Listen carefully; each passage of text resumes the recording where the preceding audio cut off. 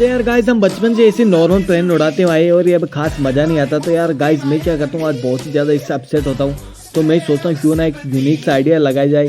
तो गाइस मैं क्या करता हूँ, पहले एक पेपर लेता हूँ, उसको अच्छे से कट करने के बाद उसको स्ट्रो के अंदर लगाकर कुछ इस तरह के साथ वीडियो में देख सकते हैं। मैं इसको पूरा कट करके अच्छे से बना लेता हूँ।